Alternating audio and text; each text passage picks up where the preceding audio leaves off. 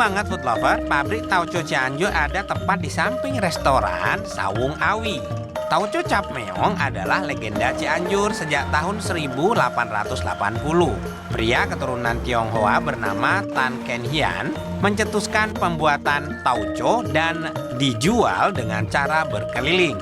Usahanya kemudian dilanjutkan oleh istrinya Choa Kim Nio atau lebih dikenal sebagai Nyonya Tasma. Ini patiman kalau kita sebut ya. Apa nyebutnya? Patiman. Patiman. Ya, dibuat dari bahan mungkin tanah liat atau porselen ya, boleh bilangnya. Kan ini ceritanya dari Tiongkok dibawa kemari. Sebenarnya rasa aslinya si tauco ini di sana dan di sini bedanya di mana, Kak? Kalau di sana asin sih, cenderung lebih ke asin. Kalau di sini kita masih ada manis-manisnya gitu. Jadi mirip-mirip sama kayak rasa-rasa kecap lah gitu ya kalau boleh dibilang. Nggak ada yang terlalu dominan di mananya, cuman kayak kalau kita sendiri sih bilangnya sih masih asin ya. Kalau orang-orang sini ya, gitu sih ciri khasnya. Tapi berarti ada perubahan rasa, pasti akan ada apa yang ditambahin gula kah apa mungkin? Ya, pakai kita selain kacang dan garam kita pakai gula aren dan gula putih. Putih, oh di mix ya? Iya. Jadi untuk nutup itu karena kalau asin banget nggak kuat juga kita. Betul. Tapi kalau di Tiongkok sana sendiri memang asin banget kok. Yang saya tahu sih gitu ya, sama yang saya tahu tuh tauco di Sumatera kebanyakan asin dominannya ya. Kedelai pertama dijemur dahulu untuk mengurangi kadar air. Kemudian kedelai akan digiling untuk memisahkan kulit ari. Proses gilingan akan menghasilkan biji kedelai yang pecah. Selanjutnya kedelai dicuci dan direbus. Setelah direbus, kedelai dijemur kembali selama sehari untuk mengurangi kadar air. Kedelai matang yang sudah kering kemudian memasuki proses fermentasi kapang. Kedelai diperam di dalam ruangan sampai tumbuh jamur. Proses fermentasi kapang memakan waktu sekitar 3-4 hari. Pada tahap ini, bakteri yang berperan didominasi oleh Geobacillus, Weissella bacillus, Staphylococcus, dan Streptococcus. Hasil fermentasi kapang selanjutnya dijemur kembali untuk menghentikan proses fermentasi.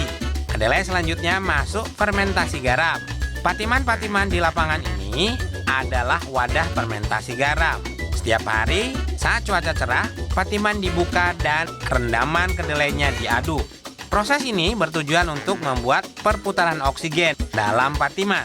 Oksigen ini dibutuhkan bakteri-bakteri baik untuk tumbuh dan memproses kedelainya.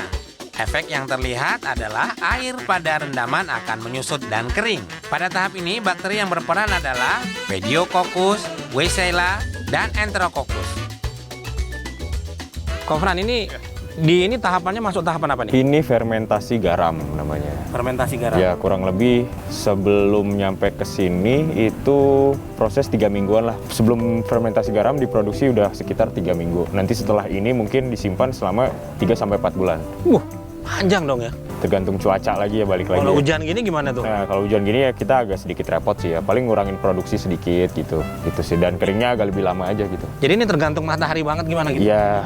Ya, habis fermentasi garam. Ada fermentasi lagi, lanjutan namanya. Fermentasi lanjutan, ya disimpan selama ya mungkin bisa 6 bulan sampai 1 tahun juga bisa sebenarnya. Itu nggak bisa lebih cepat gitu misal? Bisa aja, cuman kualitasnya sih lebih rasanya kurang kuat lah gitu. Pengaruh ke rasa jatuhnya. Betul. Oke, pengen lihat tahapan lain nih kok. Oke, silakan. Proses fermentasi lanjutan berlangsung dalam bak keramik. Setiap tauco diperam selama 4-6 bulan. Bakteri yang berperan dalam fase ini adalah Enterococcus, Staphylococcus, dan Geobacillus. Tauco-tauco ini disebut tauco kering. Tauco kering ini bisa diolah kembali sesuai selera rasa pembeli. Tauco Cap Meong juga tersedia dalam versi basah yang diolah kembali dengan racikan bumbu khas Cap Meong. Untuk tauco basah, tauco kering dimasak kembali bersama gula merah dan gula pasir selama 2-3 jam. Selama proses masak, buih-buih rebusan harus dibuang. Utamanya, tauco Cap Meong didistribusikan di wilayah Cianjur, sedangkan keluar Cianjur masih melalui cara oleh-oleh. Salah satu produsen makanan yang menggunakan tauco kering Cap Meong adalah Pak Iding. Ia menggunakan tauco kering sebagai racikan bumbu geco atau tauge dan tauco. Resep geco yang ia jual sudah ada sejak tahun 1948. Iding mewarisi resep tersebut dari ayahnya. Saya sempat mampir ke gerobaknya di Jalan Siti Jenab nomor 24 Cianjur, tidak jauh dari Masjid Agung Cianjur.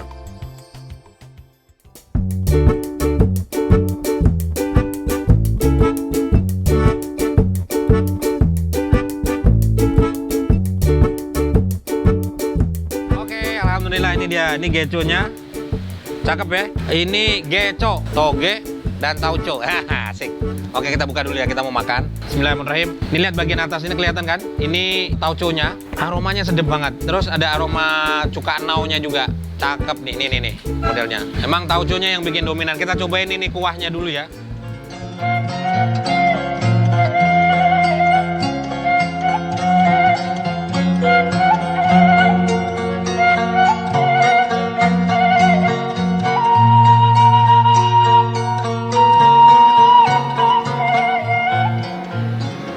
Kalau dari kuahnya sendiri memang ada agak asem karena dari dari cukanya. Kan pakai kuah tauco nih. Kuah tauconya cenderung manis karena si bapak tadi bilang menggunakan gula kawung, jadi gula merah. Cantik nih. Wow, cakep banget ini. Kita cobain isiannya ya. Kalau isiannya ada ketupat, ini tahu, udah dipotong-potong, togenya yang istimewa. Nih, ini mie acinya. Sekalian ya kita coba ya.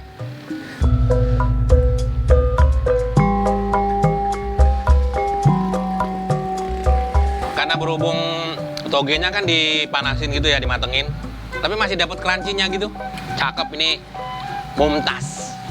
Terus ini ada potongan daun bawangnya ya. Kalau mie-nya sendiri udah jelas nih kan mirip-mirip mie glosor yang ada di Bogor ya. Cuman mereka karakternya beda, warna-warnanya aja. Cuman kalau untuk dari bahannya kayaknya bahannya sama ya. Dari tapioka, tepung singkong.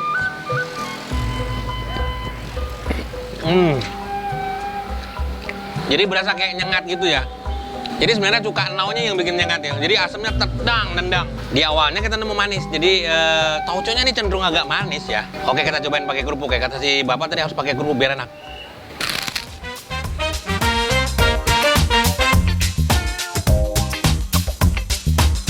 Geco ini memang tepat disantap bersama kerupuk. Rasa manis asam dari geco bisa diimbangi oleh gurih dari kerupuk.